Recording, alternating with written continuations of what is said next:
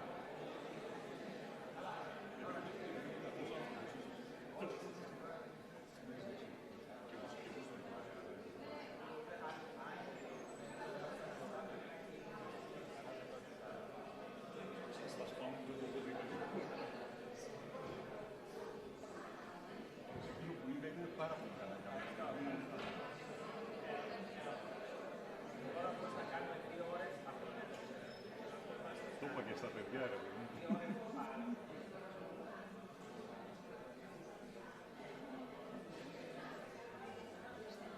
Άντε να βάλω και αυτούς.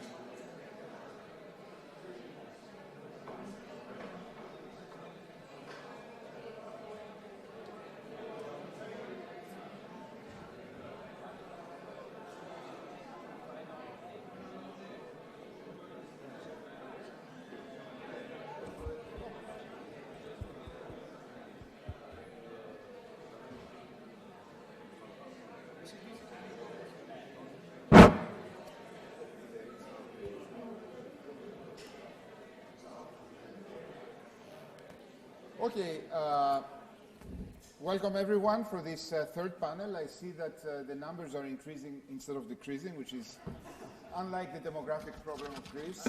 We're managing to replenish this stock. This is the third panel, and it has a slightly different structure than the previous two. So we have 3 people instead of 2, and there is a reason for that, because one of our guests here is going to speak in a quasi-official capacity.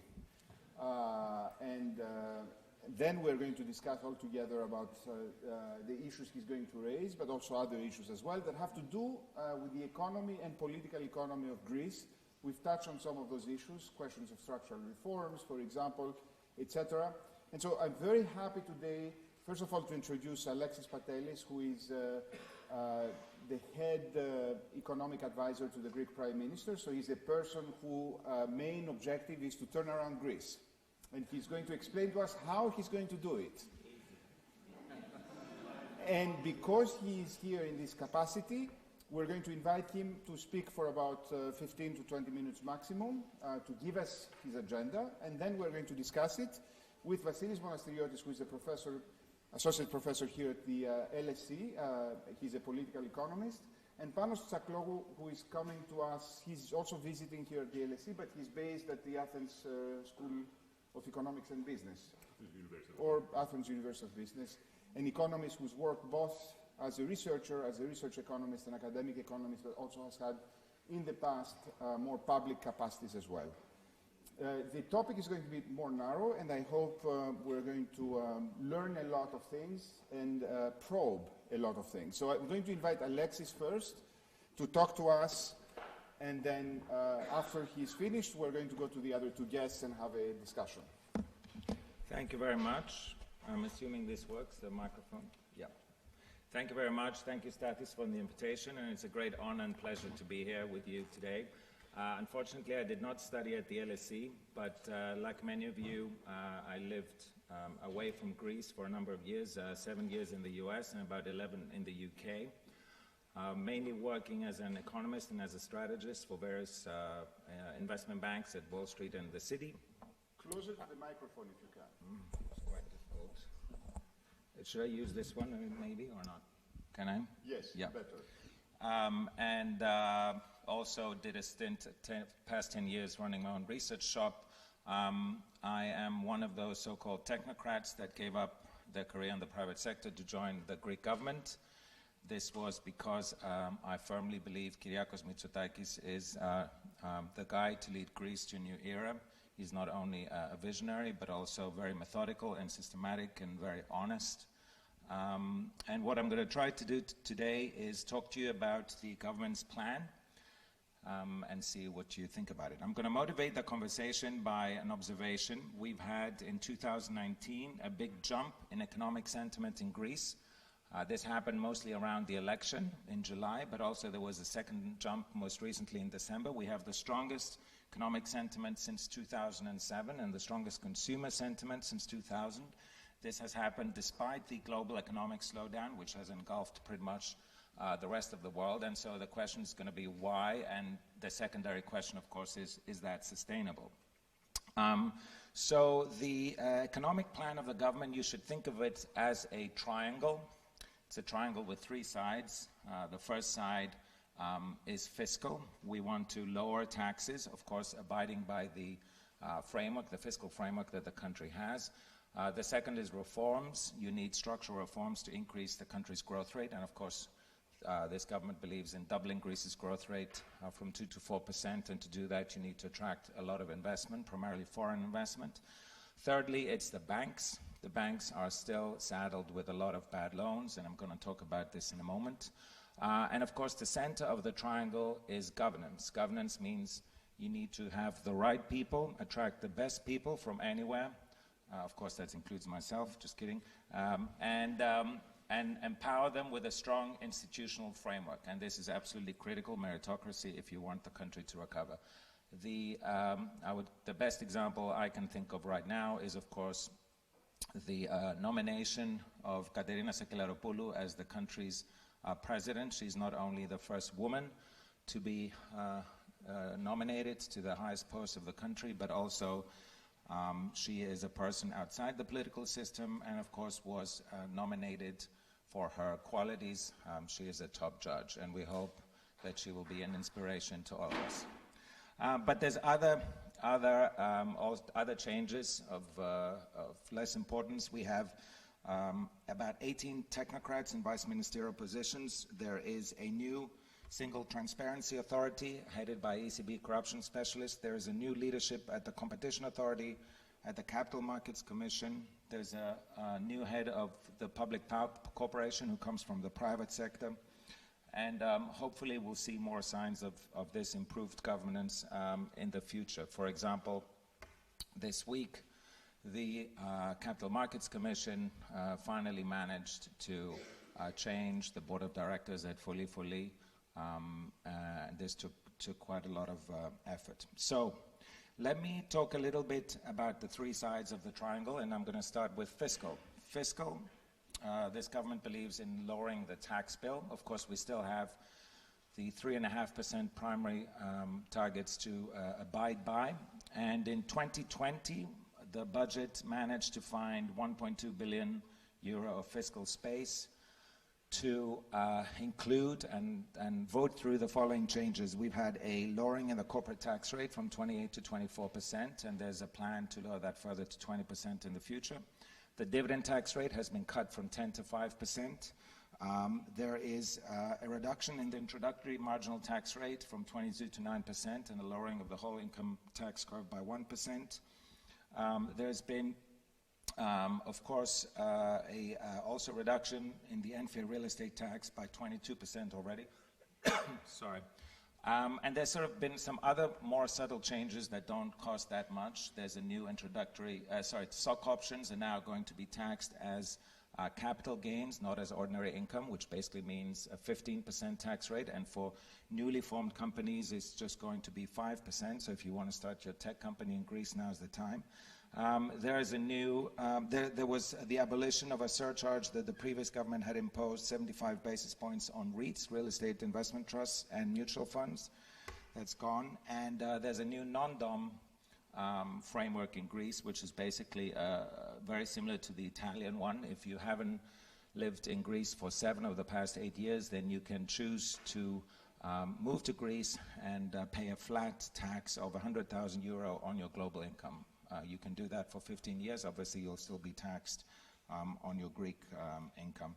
There's also a 40% tax credit for property renovations and a suspension of VAT on new construction for 3 years. And we're also beginning a reduction in social security contributions. They're coming down by about 1 percentage point in July, and there's a plan to cut them by 5 percentage points throughout the term of the parliament. Now, how did these tax cuts, how were they financed in 2020? There's a new provision that foresees that 30% of income now has to be spent using electronic means, which means debit, credit cards, etc. Or if you don't, you pay a 22% penalty. There's a reform to broaden the tax base of the NFA tax, which will include areas in Greece which weren't previously covered. And there's the beginning of a lot of an effort, rather, to introduce electronic invoicing, electronic bookkeeping, and linking cash registers to tax authorities, which we hope will slowly reduce tax evasion throughout the years. Now, looking ahead for the next phase, there's going to be a greater emphasis on now lowering taxes, the tax wedge on labor. Greece imposes about 41 percentage points tax together on employer and employee contributions on labor, and as I said, we want to cut that by about 5 percentage points, and also cut the ceiling above which no social security taxes are imposed. That at the moment is 78,000 euro, which is quite high relative to the average income, and we want to cut that in half. And all of these efforts will have to be part of the negotiations with our creditors, which are ongoing and which will continue throughout the year. There's 3 proposals that have been put forward here. One is to lower the primary surplus target for 21 and 22, and the argument here is simply that there is the fiscal space to do so, given the much lower borrowing costs than before. although of course there's a political argument too, to finance an improvement in the Social Security contributions that I mentioned. Then we also have the so-called S&P and AMFA profits, and I won't go into the details, but there's a proposal to use them for so-called investments. Amongst that, we have included proposals to accelerate depreciation of capital expenditures and others. And then there's the so-called smoothing mechanism. Again, I won't bore you with the details, but it basically means that you don't necessarily have to, that you will be able, to carry over any when you exceed your fiscal target in 1 year, you'll be able to carry over that excess into the next year. So these negotiations are ongoing, and they should conclude sometime later in the year. So this is a good opportunity to segue from fiscal into structural and to talk a little bit about pensions. There is a bill currently in Parliament which tries to revise the pension system primarily for self-employed people. This has now abolishes the premium system, which tied contributions to income and which led to rampant tax evasion. We had a plunge in declared income of self-employed in recent years, and in the new system, you as a self-employed person will basically be able to select how much you want to pay in, and obviously the more you pay in, the more you'll get out as a pension in the future, but the minimum that you will default the minimum will be €220 a month, and basically as a doctor, a lawyer, or what have you, you are free to do as you wish, and your income won't be subject to additional Social Security contributions, and we hope this will liberalize self-employed and allow them to basically fulfill their potential. There's also other small changes in the pension bill, including making it more advantageous to work if you already have a pension, or if you have 2 or more different jobs. Maybe you're a salaried person and a self-employed person. It makes that a little bit easier. As I mentioned, the next phase is going to be to work on the salaried employee, and this will be to lower the Social Security contributions by 5 percentage points, as I mentioned, but also to reform the so-called second and third pillars of the pension system. The second pillar is the so-called supplementary pensions. Here the government wants to slowly introduce a plan that will convert it from a defined benefits to a defined contribution system, and also give the option to individuals to direct their savings to private pension funds as well as state pension funds. The third pillar of the pension system is, of course, the private pension funds, and there we want to increase the tax incentives for people to save through that. Moving on to another area is energy.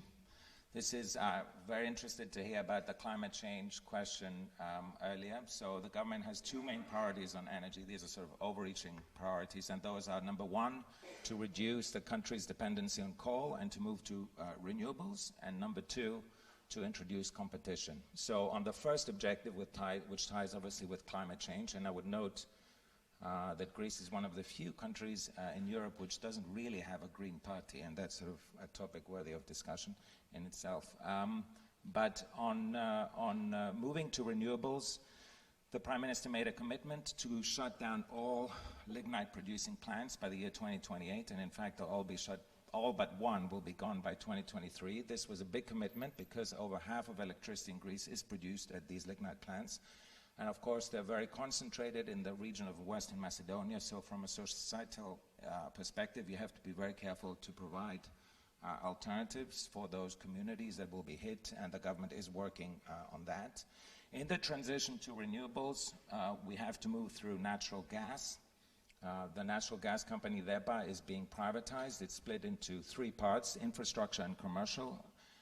The process for the infrastructure privatization is advanced. Yesterday was the first stage of it. There were 9 different consortiums that expressed interest in making formal bids for that, and we hope it'll go well. And then the next will be the commercial, where the privatization there is starting now.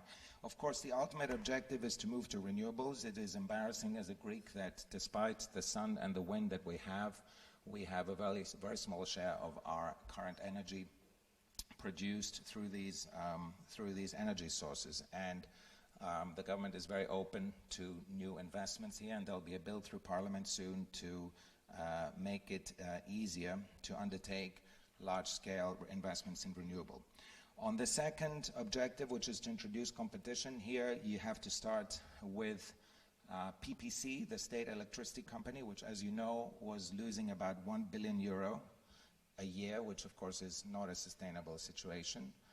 There's a new CEO, Mr. Stathis, who came from the private sector. He has worked with McKinsey to introduce a business plan to make the company more viable, and of course that plan has already led to a tripling of the share price. There's also been a bill in Parliament to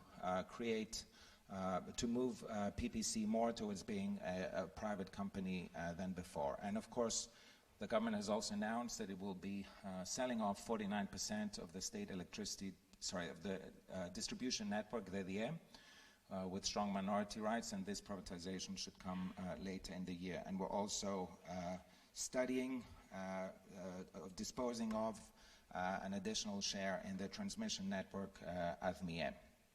So there's a lot of stuff going on in energy. I spoke about pensions.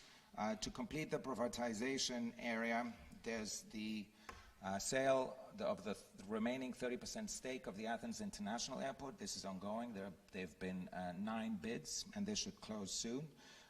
We also have a plan to extend the concession in the Egnatia motorway. There's also plans to privatize or partly privatize the remaining 10 regional ports that Greece has.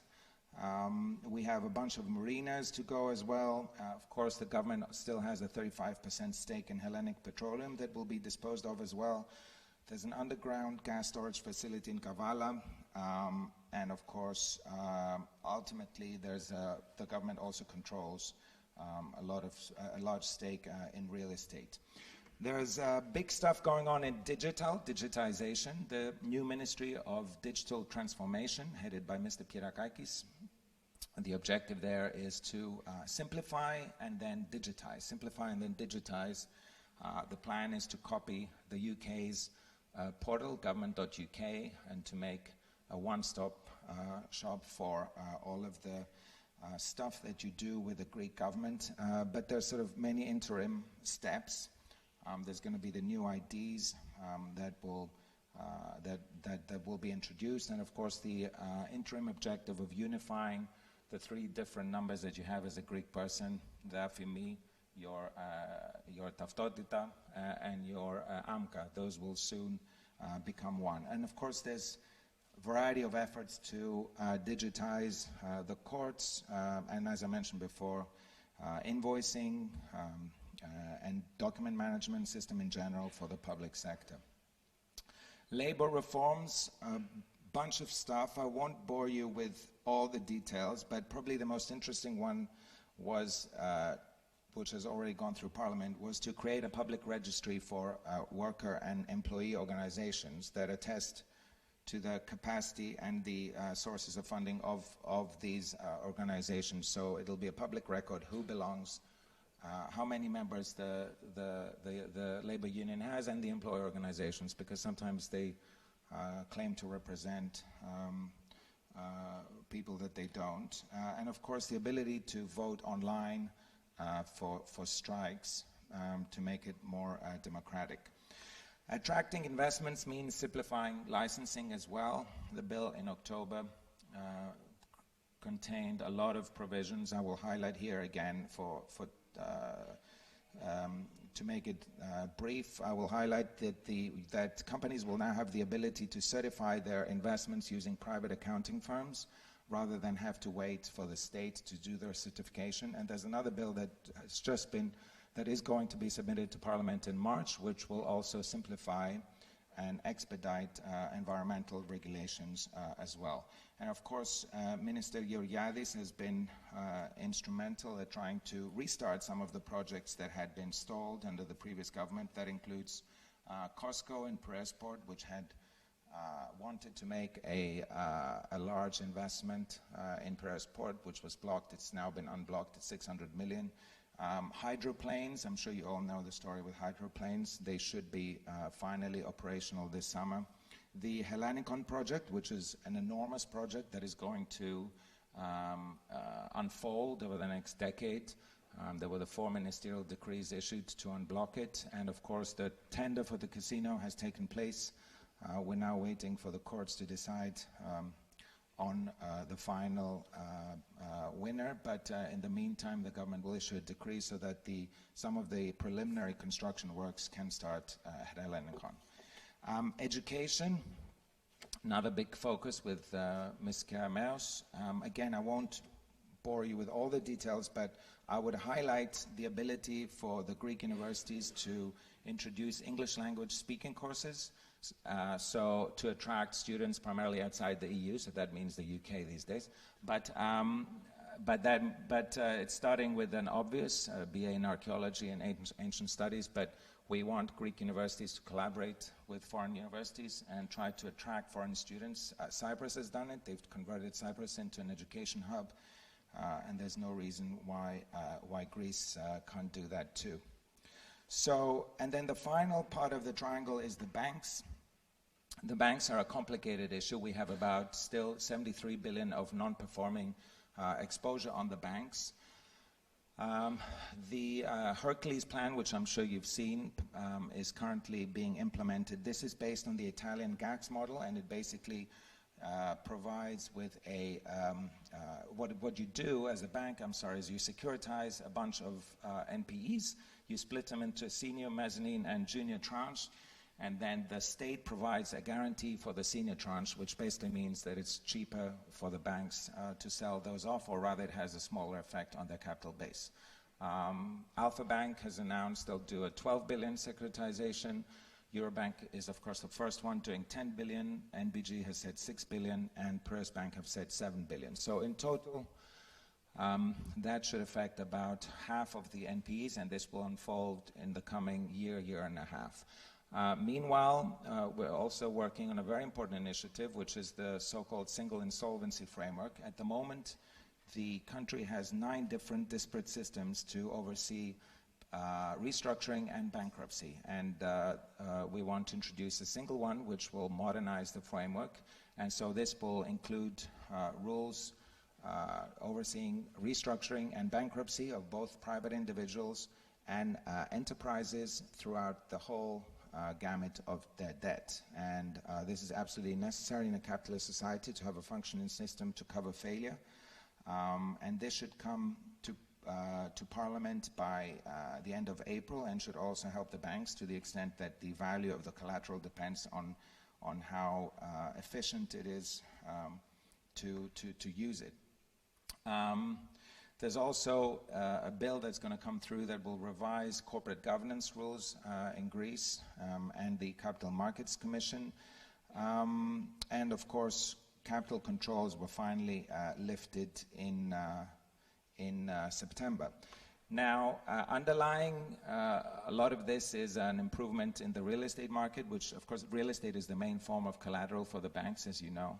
So real estate prices have been rising about 8% or so year over year, according to the latest Bank of Greece data, and we believe they have embarked on a firm upward virtuous cycle, and hopefully that should help too.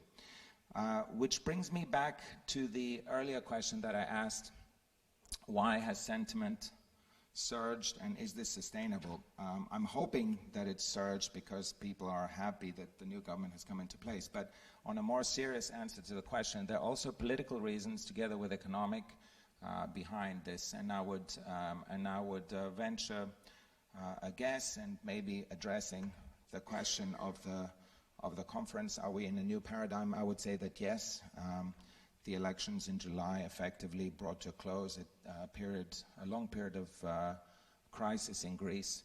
I would give you a political dimension as well. This is the first election that produced a single-party government with parliamentary majority in 10 years. It's also one of the few countries, Greece is now one of the few countries in Europe with a single-party parliamentary majority government. And the whole period of so-called political fragmentation that basically started in 2011, 2012, when we had a bunch of new parties emerge, and that has now come to a close. In the July elections, the first party got 40% and the second party got 31%. And this feeling of political stability is also a very important reason. And I think we should be cognizant of the fact that many other countries in Europe still suffer from political fragmentation. We've had 4 elections in 2 years in Spain, 3 elections in 1 year in Israel, multi-party coalition governments in the Netherlands, in Finland. In Germany, we don't even know who will succeed Merkel or if there will be a stable government. So Greece, for once, is on the other side and has a stable government that will last the full 4-year term. And I want to, obviously, if the government does not deliver on its promises and does not stay the course, this optimism will fade. And all I can say on my behalf is that we will try our best to make sure that complacency does not set in and that we remain focused on our goals. Thank you very much for your attention. Be happy to answer any questions.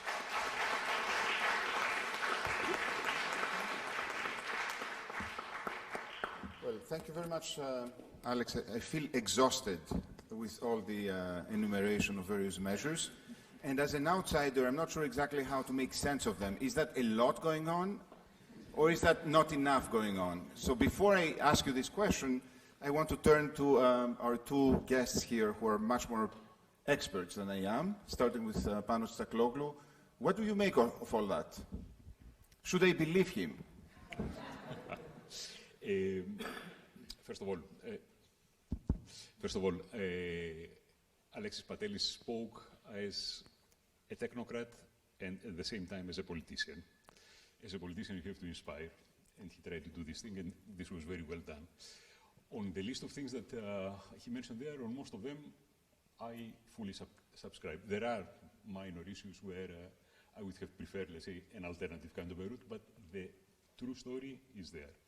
Now, the question is, will they stick to this road? We have seen promises and good starts from other governments as well, and the second phase was not as good as the first one. I do hope that this time it will be different. And I do hope because our country does need it. Now, let me go a step back, however. The Greek crisis was manifested primarily as a fiscal crisis. However, the root of the problem was a crisis of competitiveness. Greece was facing huge current account deficits, and these current account deficits were primarily covered by inflow of foreign capital that was going primarily to the public sector in order to cover these things there. And we had, let's say, to face it somehow. What was the root of the problem? The root of the problem was that basically, after 2001 and the failed attempt of Yiannitsis to reform the pension system, basically we abandoned structural reforms. Therefore, the key message from all these things that Alex mentioned before, I would stick primarily to this point. Stay in the course of structural reforms. Is this enough? No, this is not enough. Definitely we have to take care of our fiscal stance as well. Why I'm saying this? It is true that there were 3 economic adjustment programs for Greece.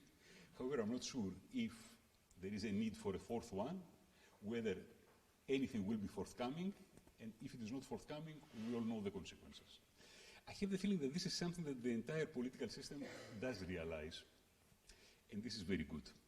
Now, on the points of Alex, there is one thing that there is a very big fuss, not only from the government, from the entire political system, and this with this famous or infamous target for the primary surpluses. This is not such a big thing.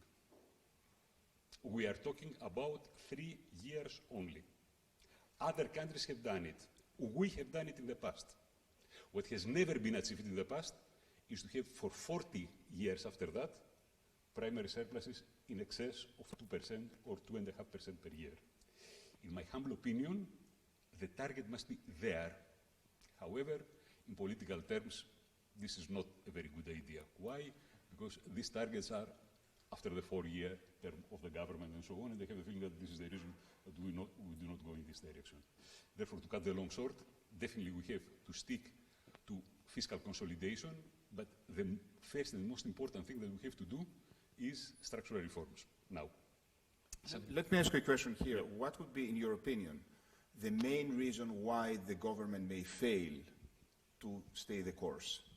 What you'd be mostly concerned as the source of a failure, which everyone agrees would be a very big problem?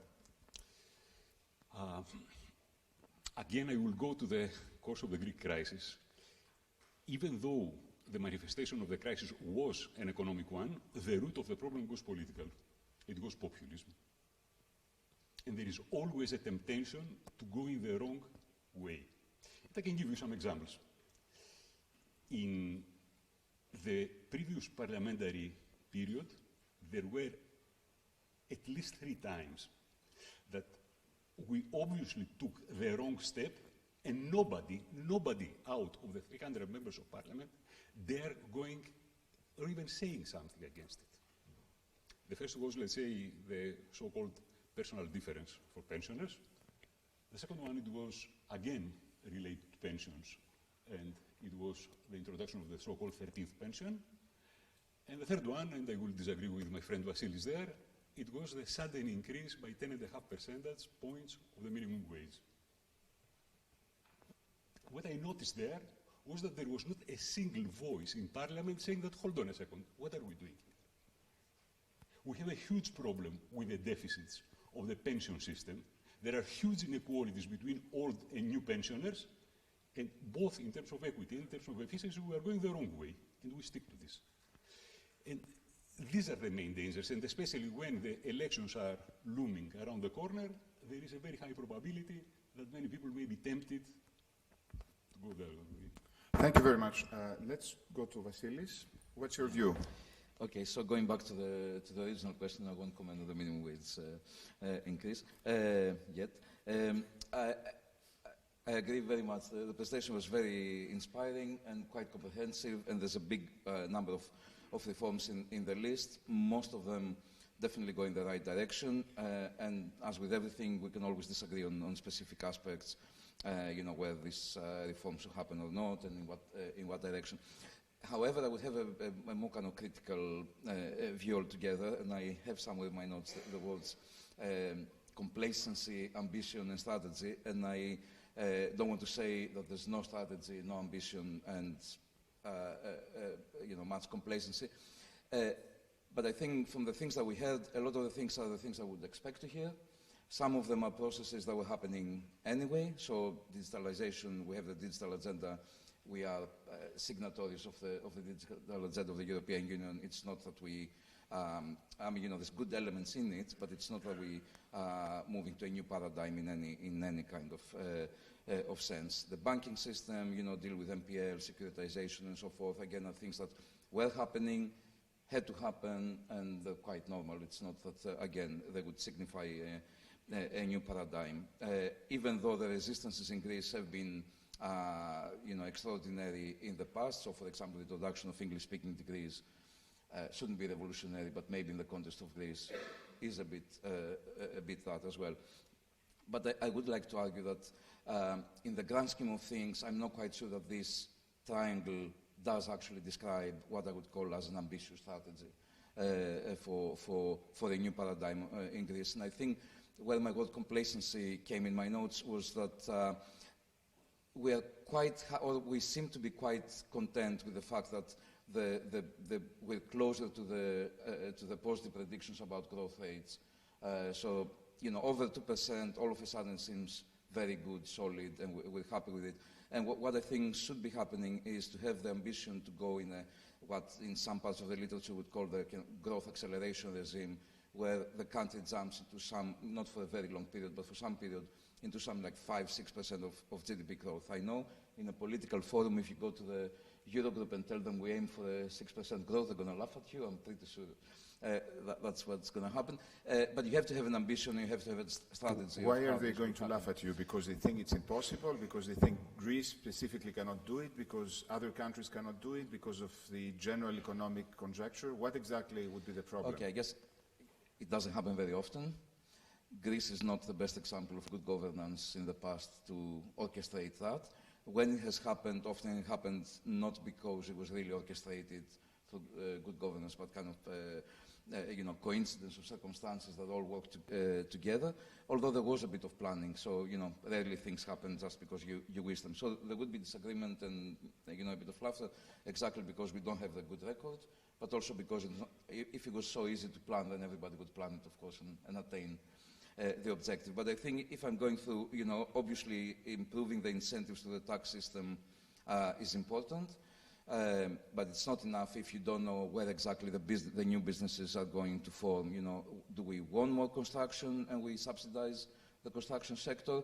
Do we want more self-employment and we subsidize? I thought in the beginning of the crisis, one of the things that Troika did was to try to kill the independent lawyer profession and try to organize law firms, so to give incentives for law firms in Greece. The left-wing lawyers didn't like it, the right-wing lawyers didn't like it, so it must be a good policy, I think. So giving incentives for self-employment, especially for high-end professional self-employment, is not necessarily a good thing, but it could be a thing if it's part of your strategy. But I'm not quite sure how it links with supporting the construction sector, for example. Do they work together? Again, privatizations, of course, but a lot of privatization is in the direction of, getting rid of hubs in the private in the transport sector. And the other thing that is real estate. Do I want whatever financial capital comes into the country to be directed into real estate? We used to call it non-productive investments, in the literature. So how things combine is also important. So individually you can say, okay, of course reducing corporate taxes is important because we need to stimulate economic activity. Yes. But the combination of things, I think, needs to be... So, Vassilis, what I'm hearing you saying is that you don't think the plan is ambitious enough. Is that what you're saying? Yes. Which gives me the opportunity to go back to Alex and ask him what he thinks about that. I want to touch upon an earlier comment that Mr. Tsakloglou mentioned. The post-22 framework is, of course, important. The fiscal framework, but this is a topic to be discussed in post-22, and it won't be decided now. But I will also alert everyone to the fact that Greece, once it exits, well, it's already exited its program, but once it completes the so-called post-surveillance framework, which will happen either next year or the year after next, will still be subject to all the existing rules underlying the European, so-called European semester, and this means that Greece needs to target, like all the other countries, the so-called medium-term objective, which is the objective that brings debt to a sustainable path, and this currently lies at 2.6%. Well, the Commission is saying that this is currently 2.6% of GDP. This number is revised every 3 years. Of course, there's an ongoing discussion within the European Union and the Eurogroup and the Euro area countries to potentially improve that framework, but Greece will be part of that discussion. I should also mention that the profile of the Greek debt has changed. It is significantly different to before. In particular, the swaps that have been undertaken over the past 2-3 years mean that 95% of the debt is now fixed. It has the longest duration of any debt in the world. It's about 21 years. And for the year 2020, for example, the gross financing needs of the country are literally zero. The country has a 35 billion or so cash buffer, so it's a different profile to before. In terms of, debating the merits of a government program, I don't think it's appropriate to do so in this, I think we should just comment in general about what we will do. But there is an objective, as I mentioned at the beginning, to double Greece's growth rate from 2 to 4%, and that's the objective. So let me ask you, what needs to happen in the next year or so that would convince us that we're moving toward the direction of moving from the 2 to 4% growth objective? I don't want to be facetious in my answer, but it will be when the growth prints 4%. So that's what will convince you. But There has been a jump in economic sentiment, which tells you that things are moving in the right direction. Whether it's sufficient, we'll soon find out. What is your concern about the general economic landscape right now?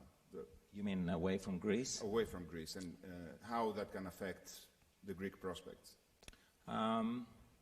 We got a lot of questions about that. I got a lot. So part of my job is to speak to foreign investors, and I got a lot of questions along those lines during the summer and in autumn, whether a global economic downturn would engulf Greece. It didn't. That's a fact. So that line of questioning has sort of died out. At the same time, there's been a resurgence of, a rebound, let's say, of the global economy. Greece has benefited indirectly through the reduction in borrowing costs. The Greek 10-year yield is currently below 1%. And so indirectly, Greece has benefited to a degree. Of course, the coronavirus is a risk that's ahead of us in the short term. But in the medium to long term, I think we should pursue a strategy that doesn't depend on the kindness of foreigners and the overall economic environment of the world. Greece, for good or for bad, remains a relatively closed economy, and let's try to use it for good this time around. So let me ask you a couple of questions, because before I go back to the other two guests. The first one is perhaps of a more personal nature, so you can ignore it if you don't want to answer it. You are not a politician, you are not in politics, you got into... I was just told I'm a politician. You have become effectively one, even if so indirectly. What is that experience, Luke?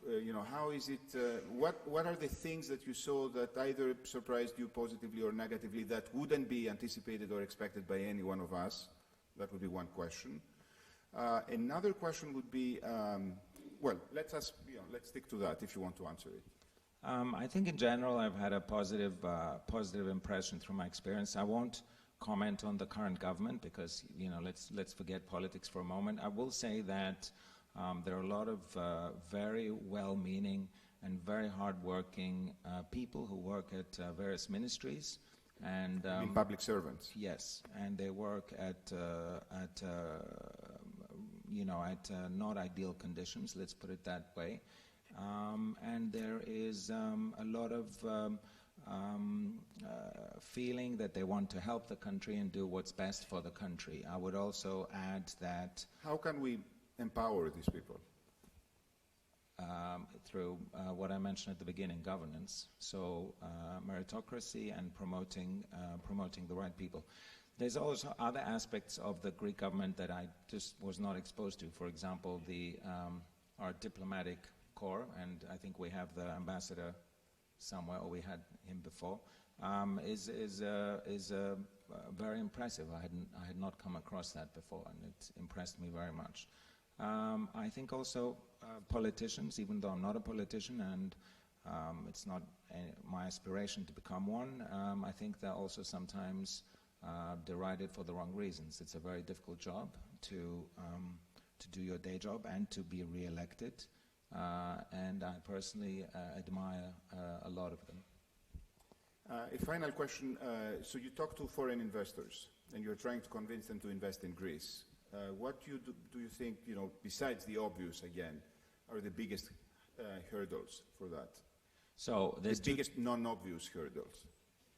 There's two types. I'll answer the question in a way that will please you. I will refer to so-called quote-unquote real investors, not financial investors. So what I mean by that is people who are actually going to do FDI.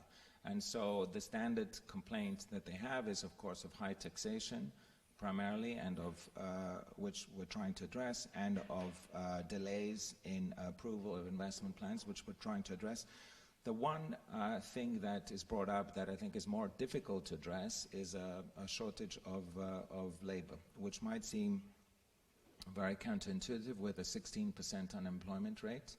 But there is a significant mismatch between skills and demand, and this will be an issue. So when unemployment was 28% or so in Greece, it was obvious that the primary objective of the country should be to lower the unemployment rate. Now we're at 16.5%. It's becoming more complicated because we have to also ensure that we are able to provide the right type of labor. There's also a related issue, which is to expand the labor supply. We have one of the lowest participation rates of any European Union country, so we need to find ways to encourage younger people and older people and women to join the labor force, and of course some of you to come back to the homeland. Okay. Yes, Vassilis. Told you would like. Can I just pick up on the last point? I think it's more of an open question whether we do have these huge mismatches, especially if you count the people who have chosen to leave the country. But specifically what we heard on the triangle about the labor market was quite little. This registry for worker associations and employer associations is de facto basically an attempt to de-recognize unions, or to make it more difficult to organize strikes, which may be a choice and maybe a very good choice or less good choice, but that's what it is. It's not modernization of the digital records and things. It is exactly controlling union power. But we didn't hear anything about how we move money from unemployment benefits to active labor market policies, which is what countries do in order to retrain the workforce and address skill mismatches. We didn't hear anything about the coverage of unemployment rate, which basically demotivates and gives no incentives for anybody to actually participate actively in the job market, because your temporary contract won't qualify you for unemployment benefits, so you might as well stay with your parents, accept under-the-table payments because you're not qualifying for a benefit anyway, and things like that. So the interventions in the job market that would address the problems of mismatch, of supply, of modernization, of upskilling, and things are not there. And I mean, we can always say that's a political choice. Of course, the government decides what to do. But if you think, how do I move from the 2% to the 4% of growth, then I would think we need to have an answer to this kind of question. So just to qualify my earlier point about, so is it ambitious enough? I would like to see more. We can always disagree on the political direction, but the government is the government. They have the political direction, and they should do what they want, what they believe in. But it should be, I think, more holistic in the approach. Pano, on that point, or other points that you'd like to address from what was discussed just before? Let me start with this last thing about labor mismatches and so on. First of all, if there is a problem there, it is not in the labor market, it is primarily in the education system, what exactly we are producing. However, where is the problem there? There are two types of things. First of all, the labor market may need computer specialists, and we may produce even more lawyers, even more, I don't know, philologists or anything like this. However, we are producing in excess numbers specializations that are extremely expensive to educate: doctors, engineers, and so on. This was happening before the crisis and continues to be so now. And naturally, all these people do not find jobs and so on, and they migrate. This is a pure capital transfer from poor Greece to relatively wealthy UK, Germany, or anything like this. Nobody is discussing about reducing the number of students, at least in these very difficult, very expensive schools. Second thing is, what do our students learn when they are in the university? For instance, the country may need, let's say, quite a lot of accountants, but perhaps the skills that we are giving to people who graduate from accounting may not be appropriate for the ones that they are in the firms. I do not think we have a very big problem there. The problem is that the universities, in general, are completely dissociated from production.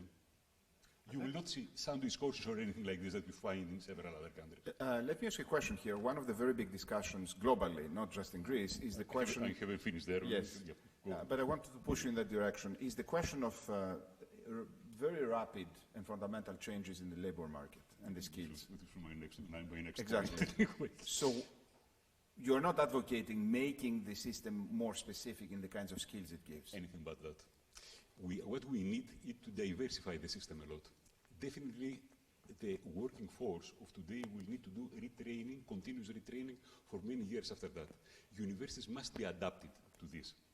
We must have, let's say, all these tailor-made courses or, executive master courses, stuff like that. Definitely. However, there is something, Alex, do you hear this complaint about labor mismatches from foreign potential investors or from Greek employers? Well, from the Greek employers, my experience is that quite a lot of them, what's happening in Greece is that Greece has this is the Achilles heel for the Greek economy. And our politicians consider that this is, let's say, our strength. Greek enterprises are very small. We're talking about small and medium enterprises, whereas in Europe they are classified, these enterprises, as micro-enterprises. A micro-enterprise is one that does not exploit economies of scale, economies of scope, does not have proper capital structure, does not usually do R&D. They know how they survive. Not all, many of them. Tax evasion, social security, contributions evasion, violation of labor legislation, violation of environmental legislation, and so on. Now, what's happening is that these people cannot undertake the cost of training. As a result, they are asking the universities to produce people who will be ready to go into production. There is no country on earth where the universities are producing doctors that are ready to go to operational theaters. There is no country on earth where lawyers are ready to go to defend somebody in the court. They need training, and this training is done by the firms. And quite often, these complaints of Greek employers, in my opinion, are quite misplaced. And finally, when they are talking, I'm an economist, I believe in supply and demand and so on. All these people who say that they cannot find these people there, they can pay higher wages and they can get these people there. What they are asking for is to have, let's say, these people with high productivity in low wages. No, this is not acceptable. Okay, I think the time has come to open up, perhaps, to questions, and for you to ask questions to any of the members of the panel. And so I'm going to ask our students. Let's start with over there.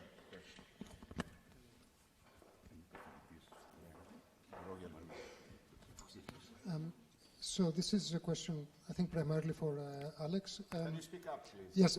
So this is a question primarily for Alex.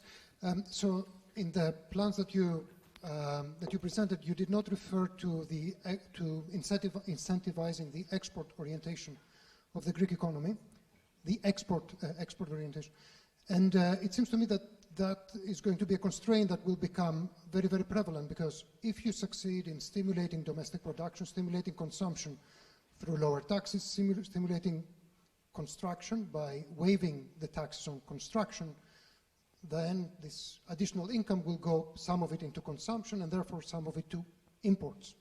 And unless the foreigners, non-Greeks, are willing to subsidize this, or not subsidize, to fund these imports, then there's going to be a problem there. Either we need to increase our exports or our current account deficits must increase. So there's a gap here, and I was wondering what your ideas were about how to address that. So we'll collect 2 more questions there, please. Thank you very much for your explanations and your presentations. My question is primarily to Mr. Patelis. You exposed the Greek financial plan, and in the past few days we have seen that there has been a special European Council summit regarding the budgets allocated to the member states, where it has become evident that member states do not agree. And do you think that there is any possibility that these discussions may affect the aspirations of the Greek government? Thank you. And there is a question in the back, and then we'll go back to the speakers.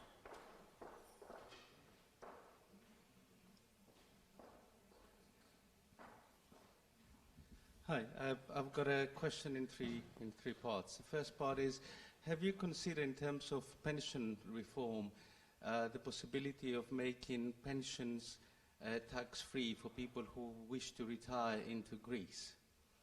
And the second question is, have you considered actually getting the S&P and the Alpha that we lost in 2015 and 16 due to the disastrous Varoufakis negotiation, we've lost 4 billion, and these are the S&P and the ANFA that were not returned to Greece. And the last one is a very simple one. How can you forecast a 4% increase in the GDP when the country effectively does not have a banking system? Okay. Perhaps most of the questions were addressed to Alex. We'll start with you.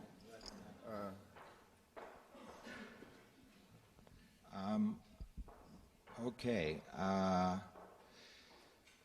One question was about the account deficit. Yeah. No, I'm trying to think what order to answer them. I'll start with the easy one. The S&P and the ANFAs are gone, so that's that. I mean, they are used to pay down debt, and this is just how agreements are. In terms of, sorry, your question about pensions was? Oh, yes. So this government has started with a non-dom program, and of course we have considered setting up other tax incentive programs as well. I think it was discussed in the previous panel too. I don't think it's that straightforward. You do need to be cognizant of the fact that Greek hospitals are already under significant strain, and if you're going to attract a sizable number of pensioners to come to Greece, then it's only fair to the Greek population that you first try to address the hospital situation. But of course, this is something that we will consider, but I would say that it's not as simple as it sounds, particularly if you're going to have an aging population anyway. You're sure that you want to have an even greater share of elderly. But it's depends how much they pay. Depends on how much they pay. Well, the type of systems that have been set up in other countries, like in Italy or elsewhere, is something like, have pensioners pay, let's say, 7% flat income tax or something like that. You also have to consider issues of fairness towards the existing population. All I'm saying is that it's not as simple as it sounds. In terms of the banking system and a 4% growth rate, there are examples around the world of strong recoveries before the banking system has fully recovered, and you saw that in Ireland, and you saw it in Spain, and you've seen it in Portugal, and there's no reason why Greece should be any different.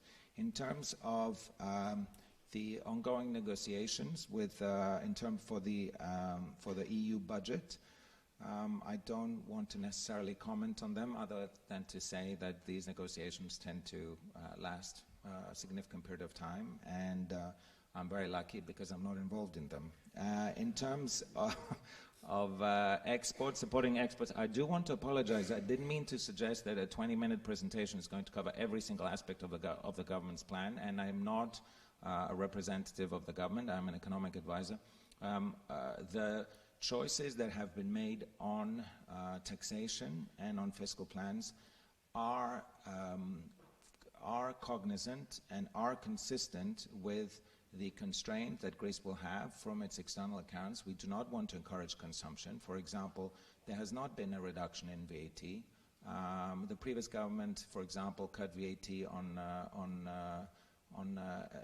well, let's not go there. But that is not when we are primarily interested in cutting the cost of producing in Greece. So that means corporate tax rate and then social security taxes, and those will support exports versus imports. And we want to keep an eye on the current account throughout this process. Luckily, the current account in Greece has done relatively well. In 2019, it improved over 18, and this was primarily driven by tourism. But obviously, if you're going to have an accelerated growth rate in the future, that is a risk that you need to be aware of.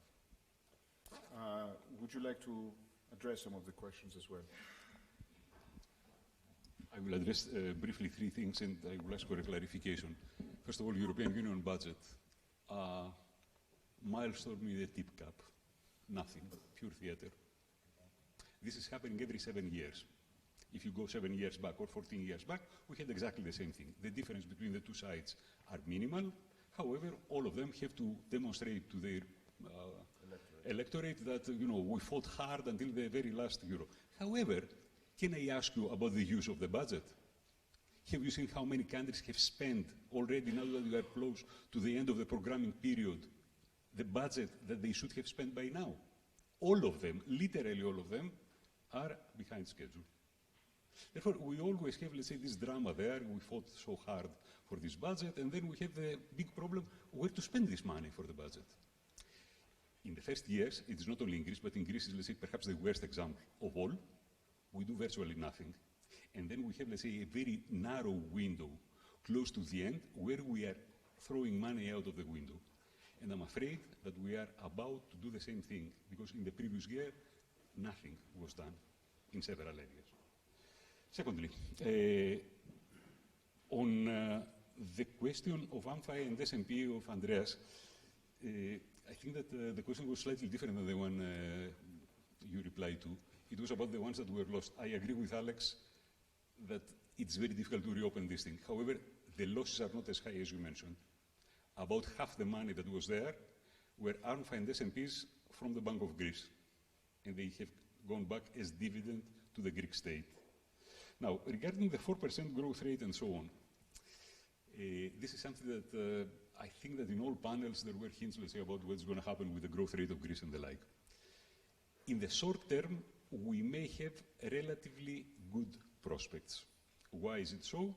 It is so primarily because we have, let's say, the so-called productive gap that is still quite large. We have quite a lot of unemployed people, etc., etc. In the longer term, however, on current trends, things are not looking so good.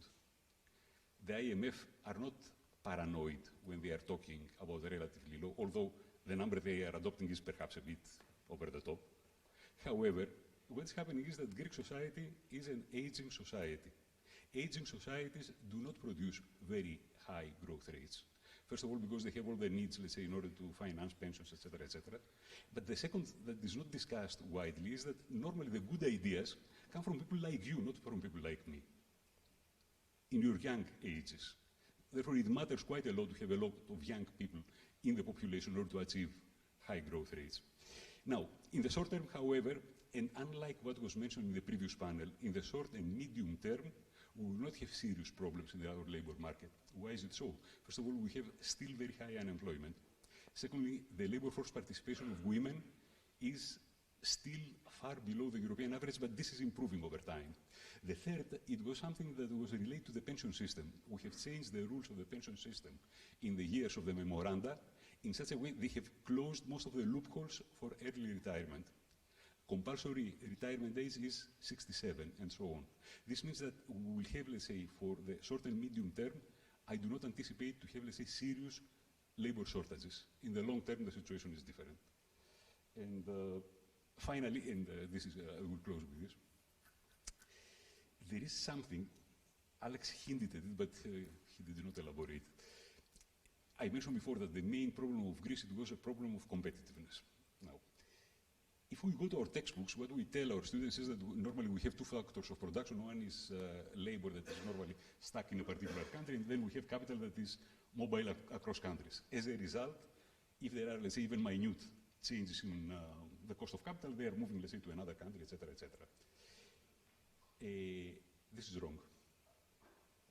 What is adjusted is not the cost of capital, it's the risk-adjusted cost of capital. As a result, all these years, whatever we had, let's say, all the benefits that we had with the internal devaluation in terms of labor, we were losing it because the cost of capital in Greece was extremely high. From this point of view, it is extremely important that we had this dramatic decline in spreads and interest rates in these recent months, and this is something that sooner or later will be translated into lower costs for the private sector of the economy. And this is something that can fuel really growth, and I do hope that it will happen. Vassilis, do you want to? Yeah. Just kind of an anecdotal example, back on the point on cohesion policy, on the EU budget. So it was the EU pushed in the previous programming period for local areas to develop the smart specialization strategies, which is really, to try to redefine which sectors you specialize, how you connect across sectors, because of how the money was being spent in previous programming periods. And now from the new programming period, this is compulsory for everybody. The median number of strategies per region, in the median region, is, I think, 3.7, 4.1, something like that, 4 strategies, let's say. The Central Macedonia region, where I come from, has 11 strategies, and the 11 strategies cover 82% of all sectors of the economy. Okay, this is a joke. Yeah, you cannot specialize in, I mean, they don't even have the personnel to look at 11 strategies, and you cannot specialize in 80% of the economy. You know, in English, it doesn't make sense that you specialize in that. So we may gain more money from the negotiations or not, but exactly how we use this money and whether there is a plan and whether the plan is realistic, you know, it makes all the difference. If the plan is that, of course, you know, if I have meetings with all the stakeholders and then the representatives of sectors in the economy and I want to please everybody so everybody's included in the plan, then the plan is not going to work. It's not going to bring you know, accelerated growth. It's not going to diversify the economy in the direction that you want it, and then you're going to be having the problems. You can then either choose, going back to Manolis's question, you can choose to do your internal devaluation, contain costs, not increase the minimum wage, derecognize unions so that you maintain some price competitiveness and your current account deficit doesn't deteriorate. Or you have to have a strategy that upgrades the production. You select the sectors where you realistically can be competitive. We cannot compete with everybody in the global economy, but we must find the sectors where particular locations can be successful. The private sector does that sometimes, and you have you know, niches of products that can actually be successful in international markets. You do that, and then you can help both domestically the economic development at the local level, but also at the macroeconomic level, you can help the big numbers, current account deficit, trade deficit, and so forth. Okay, let's go back to the audience. I note a very interesting tension between short and long and medium, on the one hand, prospects and long-term prospects, and also a tension between the sort of economic planning to attract investment on the one hand, and then slow-moving structural processes like the demographic issue we discussed in the previous panel and its potential effect on economic growth in the future. Let's go back, by the way, there was a question, the gentleman back there who was trying, exactly, yeah. Yes. Hi, everyone, and thank you for the very interesting discussion. One question for the whole panel. So I think one of the privilege that everybody in this room has is our exposure to a non-Greek educational system. Be it early in our lives, high school, university, or later on, we all share that, and we don't share that with much of the labor force that is in Greece right now. So we touched a bit about on the mismatch, and there's a few points around universities, what can we do, the executive masters, etc. However, if we're talking about the long-term plan and weaving into the rest of the conversation, then how are we looking to preparing the labor force before we get to that level where we do the quick fixes? How are we going to reinvest and look through K through 12 to prepare the future labor force for being ready to adapt faster? What are the new structural changes coming there? Do we have a plan?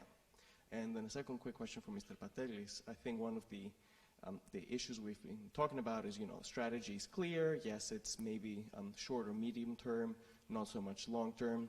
However, once we have the strategy in place, then we need to make sure that the house we have is ready to support that and build that forward. So are we ready to change our organization, political structures to be fit for purpose? And if yes, at what political cost? Okay, next question. I think there was one here in front.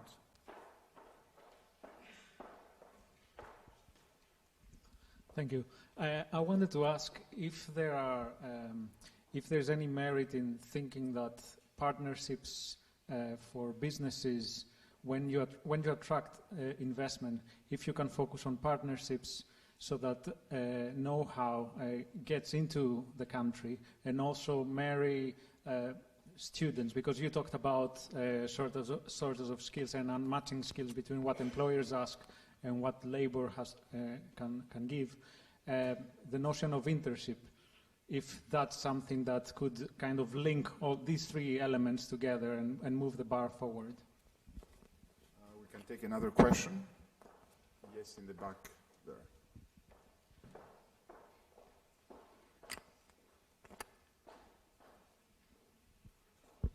Thank you all for the discussion.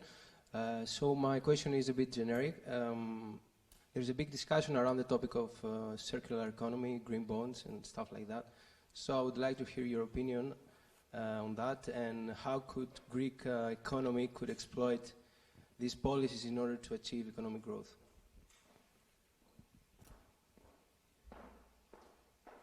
Okay, let's start with Vassilis.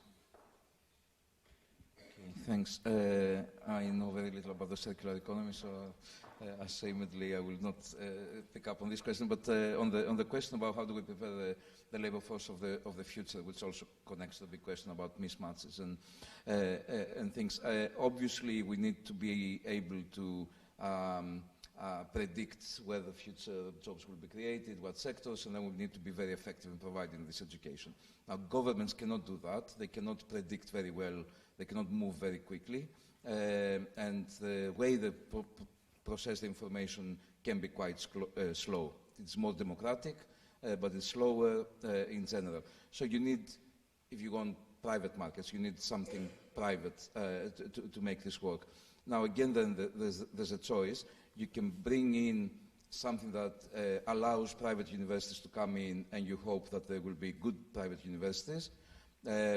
Or you can say, okay, how can I get the best of my universities? Not all our universities are very good, but some are really very good, or some departments within universities. How can I get these universities to become more entrepreneurial, to work to some degree with, through incentives, and to have the freedom to implement things. And these are quite different things. Maybe you cannot do both at the same time. Maybe by creating private universities, you deprive public universities from the resources or the teaching staff that they would need. You create some sort of imbalance and competition. Maybe not. This has to be examined. But I think, the answer to that question is that you have to have entrepreneurial entrepreneurs, so businesses, that will actually look for opportunities, understand where the market is going, and then through internships, through training, they will actually take care of that side of the, of the upgrading of the workforce. And then you have to have entrepreneurial universities that do the same, not necessarily private, but to some degree functioning through private incentives or collective incentives as well. Excuse me, but I'm not going to say anything about circular economy. I do not have an expertise there, and I do not want to ridicule myself. What is circular economy? You will ask there. I have a question about that too. It is all this sharing economy like Uber or Airbnb, etc., plus other things that are with reusing, recycling, and so on. But at any rate, somebody else may be able to give a better answer. However, let me reply to these two questions that were somehow related, actually. I strongly believe that the big reforms that we have to make, and these are the most difficult ones, are perhaps in education. Our education system does need a rebuilding from scratch. It does need sticks and carrots. It does need autonomy. It does need assessment and evaluation. All these things are missing in the system. Second, the system must come closer to the market. I do not mean that the whole point of universities or the education system is to produce workers or anything like that, anything but this. However, at the moment, this is purely dissociated. We cannot go on like that. On this question of internships and so on, absolutely so, and not only there. We need, let's say, perhaps the part of the education system that is the most devalued in Greece is probably technical education, secondary education. This is something that is completely dissociated to the needs of the firms. There was a very good report by the OECD back in 2012, and I have the feeling, Anna Diamantopoulou is not there, it was on the instructions of Anna that was ordered this particular report, and I have the feeling that several of the recommendations of this report are valid even now. Now, the other thing, it was this thing that I was mentioning before. We need more flexibility. We will need, let's say, continuous retraining, re-education in several instances, short courses, all this kind of stuff. Production processes are changing very rapidly these days, and we need to keep our labor force up to the task. Finally, let me agree with something that Vassilis mentioned before. By treating a development economist, several developing countries under the guidance of international organizations and so on, they try to do in previous decades the so-called manpower planning. They failed miserably. It is very difficult to predict where technology will lead particular sectors and so on. What is the implication? And this is especially true in our time, in age in which the anticipation is enormous of changes. I absolutely agree. As a result, what do you need there? You need, let's say, the education system to produce people who know how to learn. This is the most important kind of thing. And I have the feeling that there are, okay, I do not want to make, let's say, any kind of a blanket statement and so on, but this is an area where the Greek education system is not doing very well. Alex. Thank you. I'll answer the circular economy, but if you need any proof that the answer to your question, if we are Greece a new paradigm, that we're in a new paradigm, it's the fact that there's been no questions about the creditors or about the bailout program or about Greece's debt, and instead we're talking about whether in 2050 there's going to be too many elderly people, and whether the education system can address the challenges of the future. I think the fact that we're debating those questions in itself is a hugely positive step and should be viewed as such, that the country has exited the crisis and is now looking towards its long term. I'm not the education minister, and Ms. Kirameos is an incredibly talented person, as I'm sure Stathis will attest to as well. There are various plans that are being unfolded at various speeds. The bill that's passed has foresees that 20% of the university budget will be tied to specific performance criteria. There will, of course, be legislative attempts to make internships with private enterprises more easier, as was asked before, and, of course, closer relationship between universities and private enterprises, for sure. I will, unfortunately, mention that the previous government did not allow a change to the so-called Article 16 of the Constitution that would have allowed the creation of private universities, and that was a lost opportunity. This cannot change for another decade at least. But we are moving towards the direction of opening up universities. The demographic problem, I want to throw a question back to the panel, actually has a very important implication very quickly for the primary and secondary system. Forget about the tertiary system. There will soon be much fewer primary age students, and this the country already has let's say a structure that's not optimal. Hold on. The other notes I took was okay. So the circular economy just means that you want to reduce waste, and of course this is an objective of the government too. There was a new energy plan that was unveiled in December, and this foresees that 35% of energy needs of Greece we want them to come from renewable energy sources by 2030, and that includes also 65% of electricity to come from renewable energy. And this is a priority. I don't think it's fully, let's say, appreciated and internalized yet what implications this all has for the structure of the Greek economy, but it soon will be.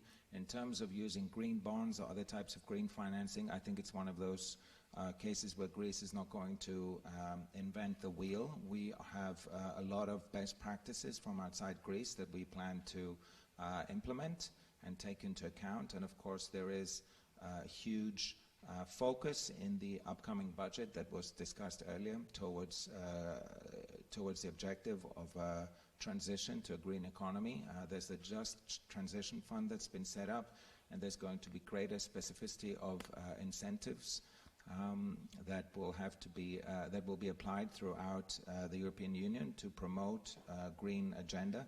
But I think it's also time to start a public discussion as to whether we should change particular aspects of our tax system or others to create incentives towards achieving those energy objectives. I would say that a large chunk of the objective comes from developing new renewable energy sources, and that can be done at the government level.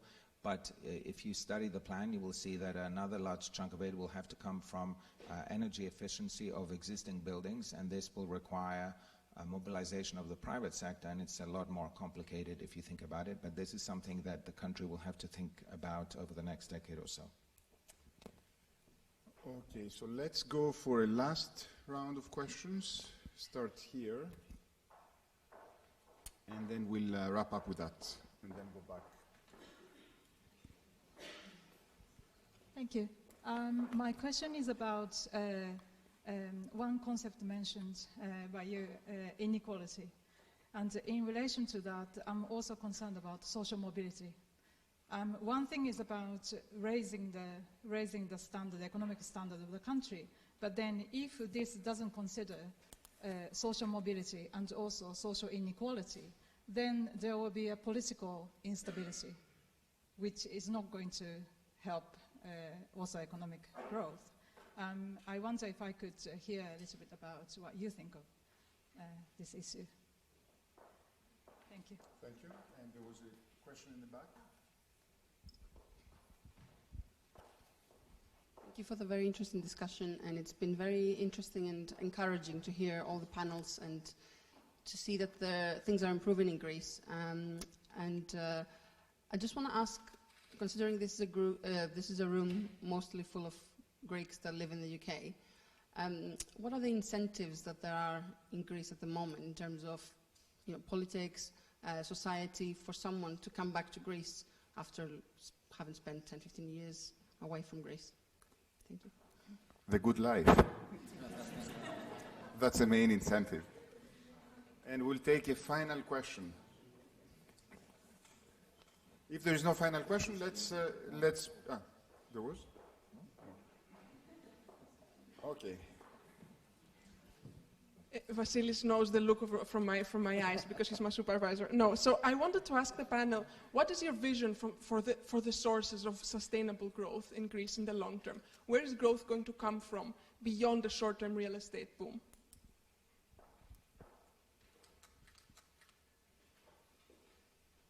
Okay, let's go back to the panel.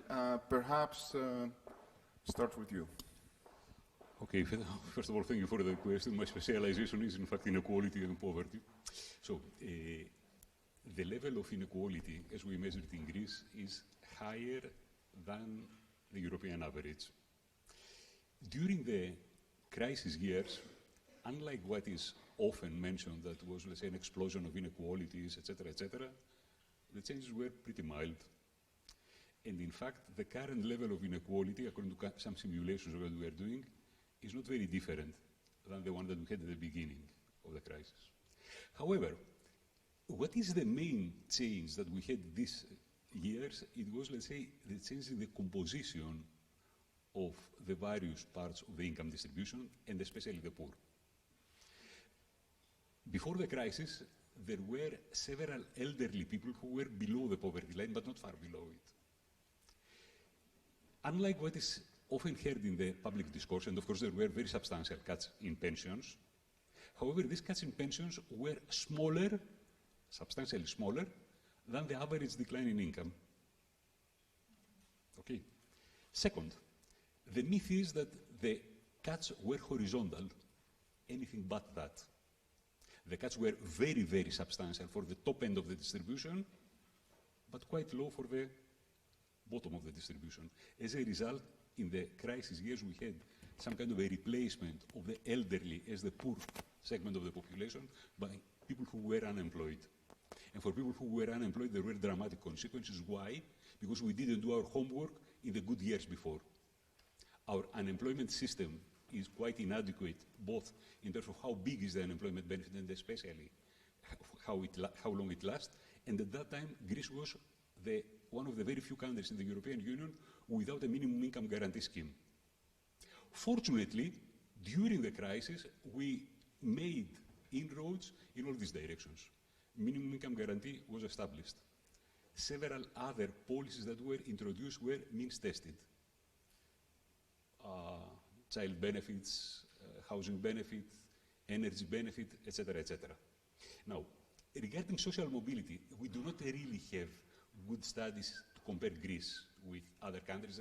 As a result, I do not want to rely on anecdotal evidence. Now, what kind of policies can reduce inequalities and so on? There are two types of policies. One is through taxation, and many people, especially people from the convictions of the previous government, were looking primarily on taxation. This is wrong. Taxation can play this role. However, we know very well from several studies that the main factor that is equating is public spending. And the public spending is either in services that have to be equitably distributed and high-quality services to the population, education. This is what promotes social mobility, health, etc., etc. But I will surprise you. I mentioned before the need for structural reforms. The structural reforms are primarily in two areas. Both of them will help primarily people who are not organized invested interests that are extracting monopoly profits. One is in the product market, and the second one is in public administration, including the justice system. Therefore, these are the policies that, if they are properly articulated, can produce really good results in this direction. Because I took a lot of time, very briefly, can I? Briefly. Briefly, yeah. First of all, going back to Greece, your question. Whenever, even before the crisis and now, students of mine come to my office and they ask me as to whether they would like, they should do their postgraduate studies in Greece or abroad. I always advise them to go abroad. Not because the courses will be better or anything like this, but to be in a different environment, to understand what is a proper university. And not only this, I advise them to stay and work for some years there. I tell them that work for 3 to 5 years and then come back to Greece. This is the best form of human capital that you can bring to the country. I can understand that there is a generation now where the conditions are such in Greece with unemployment and low wages that probably we have lost a generation. Lost for good? I'm not absolutely sure. This will depend crucially on the kind of growth rates that we will achieve. And finally, sources of growth. What's this question? Sorry. Excuse me. We carried out detailed studies. Actually, Syriza did the same thing, and the Papandreou government had done it in the past. All of them seem to say the same thing. There are areas where Greece has a dynamic comparative advantage. However, this is not a blanket advantage. Everybody is talking about tourism. However, everybody is telling us that if we go the path that we are going now with more backpack tourists, we do not go very far. We are destroying the environment as well. Therefore, there is, let's say, differentiation there as well. The second thing that they are telling us is that there are sectors where we may not have a blanket advantage. However, there are sub-sectors that we are doing very well, even in heavy industry. Therefore, and this is something that I partly disagree with something that Vassilis mentioned before. I do not really trust government to come there and say that this is the competitive sector, that is the competitive sector, this is not a competitive sector. Unless there are very strong either externalities, economic externalities, by subsidizing one particular sector, or to have very strong social externalities by supporting a particular region or a particular sector or so. But this must be demonstrated, not imaginary. I would rather prefer this job to be done by the private sector rather than by the government. Vasily? Good timing, because I'm going to take issue with this, so very good. I also agree that governments are very slow-moving and processing information. I also mentioned it before. However, governments do favor sectors. Even the most horizontal policy is not equally helping every sector. And we know we have many policies which are not horizontal. I mentioned before construction and self-employment, professionals and stuff. So the government is always distorting. So it should be aware of that and then try to see what they can do with it.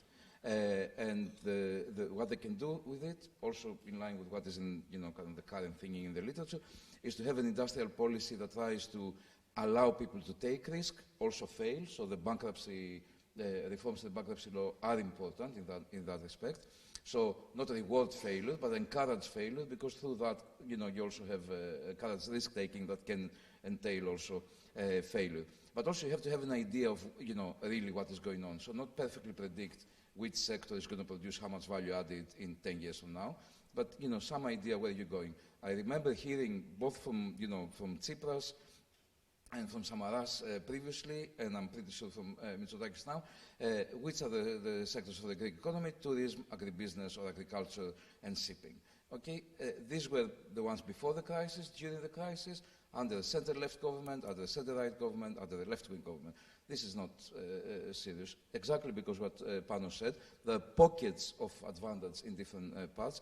Where you expect to get the growth in specific activities which are located within and across sectors. They're not, like we have an advantage in, I don't know, so light manufacturing, and you expect everything to be located there.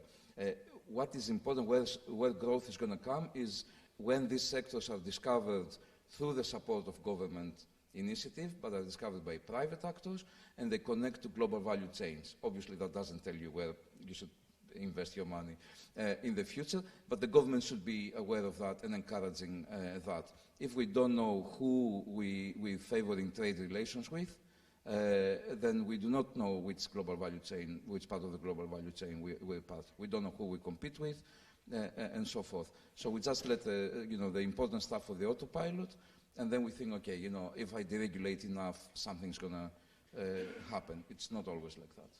Alex?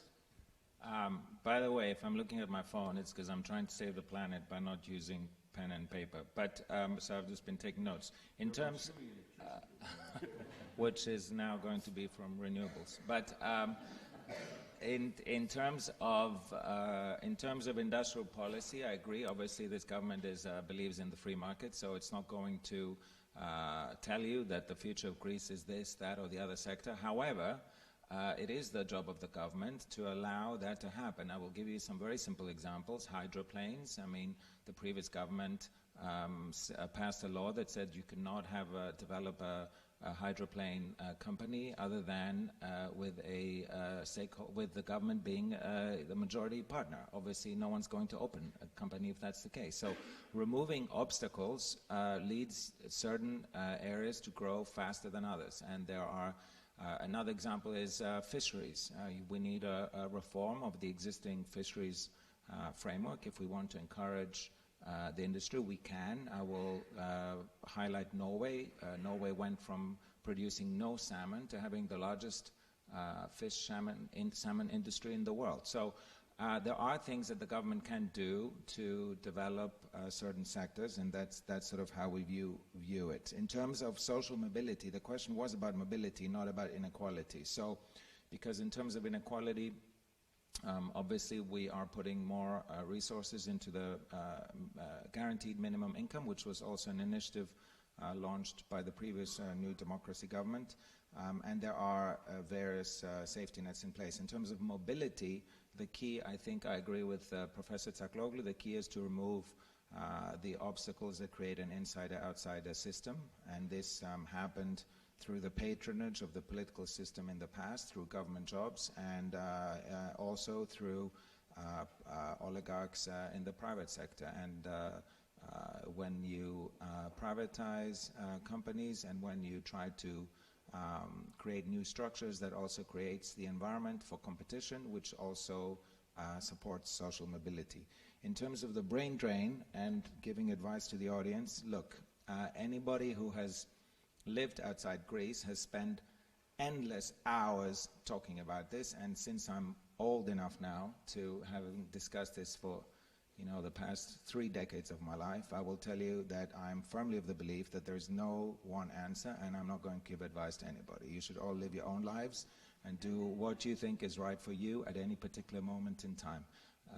But what is the government's role is to remove the obstacles so that if you want to live in Greece, that you should be able to do so. And the way we see it, the obstacles are basically 3. It's high taxes, and we need to lower the taxes and create well-paying jobs. It's obviously to improve also the institutions, and most important of all, I think it's to improve meritocracy and give you a feeling that good people will be advanced faster than bad people. But of course, don't forget that you also now have the right to vote. Well, you always had the right to vote, but you have the ability to vote away from Greece, and please make sure to exercise it. Thank you. Well, let me. So this panel was predictably, it was designed to be drier than the previous panels because it's much more based on expertise, on data, on studies. But I want to close this panel by reflecting, by taking some distance and trying to, try to think about what we've learned so far. In a sense, the discussion in this panel is about the future. How can we think about change?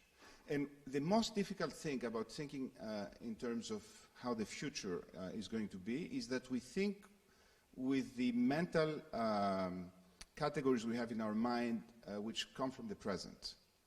We try to extrapolate about the future by thinking on the basis of the conceptual notions we have about the present. I'll give you an example from my own research, which is when I was studying the Greek Civil War, I came across a piece which has become quite well known since. It was a report written by the envoy of President Truman to Greece, a very well known and skilled economist named Paul Porter, who came to Greece in 1947, wrote an extensive report, and then summarized this report for a mass circulation newspaper article to describe the situation in Greece. In 1947, Greece was in the middle of a civil war. It was a terrible situation. The article is called, the title is called Greece, a Miracle Needed. And it's basically an enumeration of a lot of terrible things that characterize the country. In fact, a lot of these things have not changed over time. So, for example, nepotism or the corruption of the public sector and the private sector. And a lot of people who read this article chose to extract from it those unchanging characteristics. But the most important aspect of that article was that 6 years later, Greece had completely changed. It was a completely different country. Greece in 1953 was like Mars compared to Earth compared to Greece in 1947. And we don't have that capacity to imagine these things. Sometimes the way we imagine these changes tends to be extremely negative. We think in apocalyptic terms. There are a number of very good history studies that look at how Europeans thought about their future after the Second World War, in the period between 1945 and 1950. It was a time of incredible pessimism and depression. People thought that the Third World War was going to erupt and the world was going to be destroyed in a nuclear holocaust. Nobody imagined that what was in store was decades of prosperity, freedom, democracy, improvement in every aspect of life. So I don't want to preach in that direction, but I want to give you 3 personal examples on how it is very difficult to anticipate fundamental changes and just conclude with answering the question about where the future growth is going to come from for Greece. 5 years before, I probably wouldn't think that, as Alex pointed out, we'd be in a room discussing and having this kind of discussion. The discussion we had at the time was whether the country was going to survive, whether it was going to have the same currency, whether it was possible to buy medications in Greece or help our aging parents, these kinds of conversations. That hasn't happened. We're having a completely different discussion. 2 years ago, I wouldn't be able to think that people would stop smoking in public places, in restaurants and bars in Athens. It happened very quickly, and it happened very effectively, and it's over. It's finished. We're not going to regress to that. Also, 5 years before, I was not able to think, for example, that what we call tourism, which was always described as a seasonal activity, would cease to be a seasonal activity. Today, tourism is no longer a seasonal activity in Greece. It has expanded very much. In most islands, the tourist season begins in April and ends at the end of October. In Athens, Athens was a stopover for visiting the islands. Athens has become a destination. You have tourists in Athens in the middle of the winter. Nobody imagined these kinds of things. And they happen very quickly. And once they happen, we assume that somehow they were meant to happen. We see them as natural. So I want to suggest that the future source of growth in Greece, no matter what we say and what we do, is located in this very bad term we have, which we denigrate all the time, which is tourism. Tourism is a sort of artificial construct. It means to tour. You go to another place and you do a tour and you leave. I think that suggests the direction in which I think there is a tremendous amount of growth potential for Greece. Because tourism is going to change. It's not about touring, it's about Meaning is about experience, is about having a sort of life that you cannot have in another place. And I want to suggest that rather than speaking about tourism, we should speak about things like experience and meaning. And I think the prospect that Greece has for the future, as I've written, in terms of its export growth potential, is to export happiness. Greece is going to be producing a lot of happiness. People are going to want to be in Greece in order to experience part of it either for some time or for a longer period of time. And around that idea, which sounds frivolous when you hear me saying that, we can have the development of research, of education, of a variety of service sectors that require a lot of human capital, but human capital of people who have a happy life. And so I think that is a very interesting direction to think about and to position ourselves in, even though it doesn't sound very credible today. We can come back in 5 years' time and have the same kind of panel and see whether things are moving in that direction. But I want to thank everyone for their incredible attention, focus, discipline throughout a long day today, and thank Vassilis and the other students of the LSE Hellenic Union for taking that initiative. Thank our guests for traveling and participating, and renew our perhaps hope that in 5 years' time we'll have an even better Hellenic Union organizing an even better event. So thank you very much.